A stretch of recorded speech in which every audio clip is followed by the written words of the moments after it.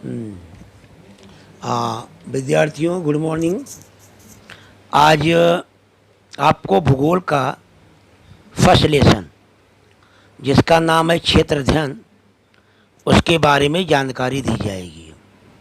और मुझे पूरा आशा है कि पहले वीडियो जो आपके पास गया होगा उसकी आपने पूर्ण तैयारी कर ली होगी।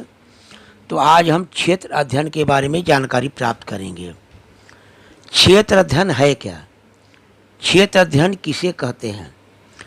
किसी स्थान का प्रत्यक्ष रूप से निरीक्षण करके वहाँ की भौगोलिक तथा सांस्कृतिक घटकों की जानकारी प्राप्त करना क्षेत्र अध्ययन कहलाता है।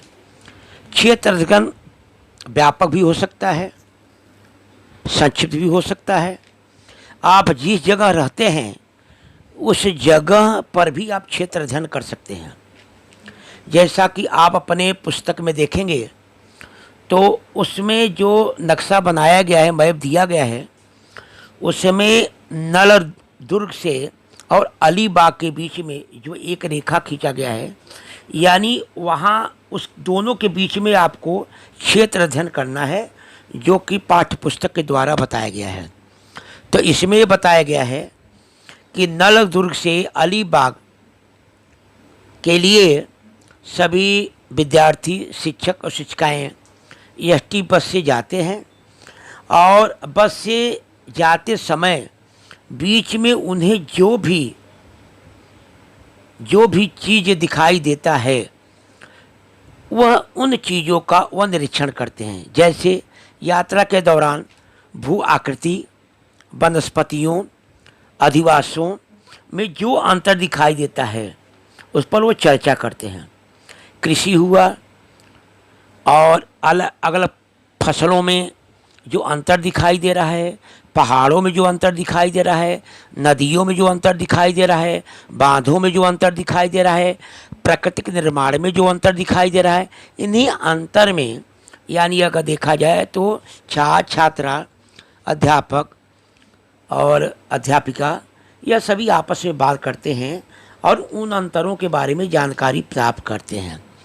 जैसे एक छात्र है, उसका नाम राहुल है, वह अध्यापिका से पूछता है कि यह जो उतार चढ़ाव वाली भू आकृति दिखाई दे रही है, ठीक है, उसके क्या कारण हैं। साक्षी जो छात्रा है वह रास्तों में छोटे छोटे घर, पेट्रोल पंप तथा चाय की दुकान को देख करके उसके अंदर जिज्ञासा प्राप्त हो रही है। आगे चलकर पत्थर मिट्टी के घर बने हुए हैं, छप्पर में लकड़ी का उपयोग किया गया है, इसके बारे में जानकारी प्राप्त कर रहे हैं। एक छात्रा है, कुछ जगहों पर घास दिखाई दे रही है जो सूखी है, उन जगहों पर जो वृक्ष भी दिखाई दे रहे हैं वह बिना पत्ते के दिखाई दे रहे हैं। तो इनका निराकरण करते हुए अध्यापिका बोल रही है कि देखिए, जिन घरों में यानी अगर देखा जाए जिन जगहों पर घास दिखाई दे रहा है, वृक्ष में पत्ते नहीं दिखाई दे रहे हैं, ठीक है, इसे हम शुष्क प्रदेश का क्षेत्र कहते हैं। और जो घर एक लाइन में बने हुए हैं, ऐसे घरों को हम रेखीय अधिवास कह सकते हैं। इसके बाद ये लोग सोलापुर में आते हैं। सोलापुर में यह जिज्ञासा प्राप्त करते हैं कि सोलापुर की जो जनसंख्या है वो अधिक है, यहाँ बड़ी बड़ी बिल्डिंगें दिखाई दे रही हैं, इमारत दिखाई दे रहे हैं, यहाँ जितने भी खेत हैं सब हरे भरे दिखाई दे रहे हैं और यहाँ ज़्यादा से ज़्यादा गन्ने की खेती दिखाई दे रही है। तो इसमें कुछ बच्चों की यह जिज्ञासा है और अध्यापिका से पूछ रहे हैं कि नल दुर्ग में वहाँ हम लोग जो खेती देखे थे तो वहाँ छोटे छोटे फसल हमें दिखाई दिए, जैसे मूंग है, उड़द है, ठीक है, गन्ना की खेती बहुत कम दिखाई दी है। और यहाँ सोलापुर में हम देख रहे हैं तो यहाँ पे हमें गन्ना की खेती ज़्यादा दिखाई दे रही है। तो अध्यापिका उन प्रश्नों का उत्तर देती हुए कहती है कि देखिए, जो सोलापुर जगह है यहाँ पे बांध का निर्माण किया गया है, यहाँ पे सिंचाई के साधन बहुत अधिक संख्या में है, इसलिए यहाँ खेती जो है बहुत बड़े मात्रा में होती है। आगे चलकर इन्हें विशाल चट्टान दिखाई देती है, विशाल चट्टानों के बारे में नहीं जिज्ञासा होती है। इसके बाद कुछ बच्चों का यह जिज्ञासा है कि ये जो गढ़ बनाए जाते हैं, किले बनाए जाते हैं, किस लिए बनाए जाते हैं। इनका उत्तर देते हुए अध्यापिका कर रही है कि पहले जो किले बनाए जाते थे वह सुरक्षा के दृष्टि से बहुत उपयोग होते थे और लोग अपने सुरक्षा के लिए और लोगों की सुरक्षा के लिए, सैनिकों की सुरक्षा करने के लिए यहाँ पे किले का निर्माण किया जाता था। इसके बाद आगे चलकर वह लोनावाला पहुँचते हैं।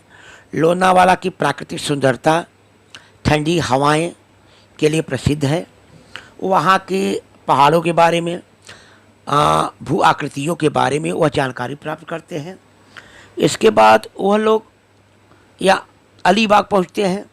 तो अलीबाग में जिज्ञासा प्राप्त करने के लिए अध्यापिका कहती है कि कुलाबा के किलों को ही अलीबाग का किला कहते हैं और यहाँ ज्वार भाटा हमेशा दिखाई देते हैं और जो कि किले अलग अलग होते हैं।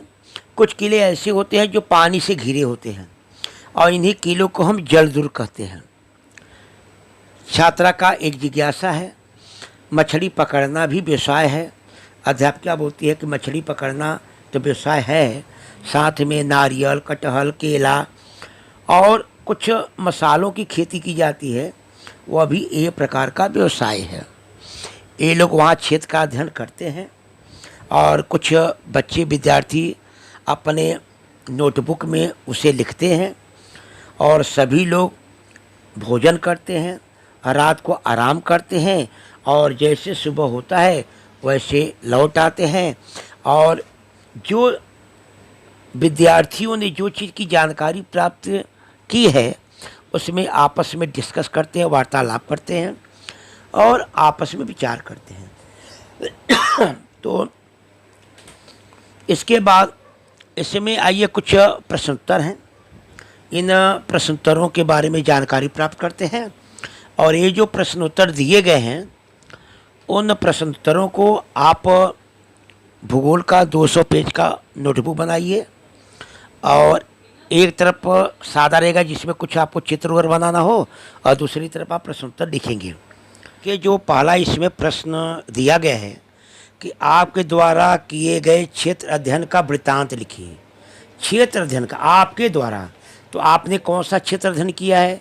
जैसे नल दुर्ग से अलीबाग के लिए आप गए, यह टी बस से गए और जाते समय आपने भू आकृति को देखा, वनस्पतियों को देखा, आदिवासियों को देखा, विभिन्न प्रकार के फसलों को देखा, समुद्र को देखा, बांध को देखा।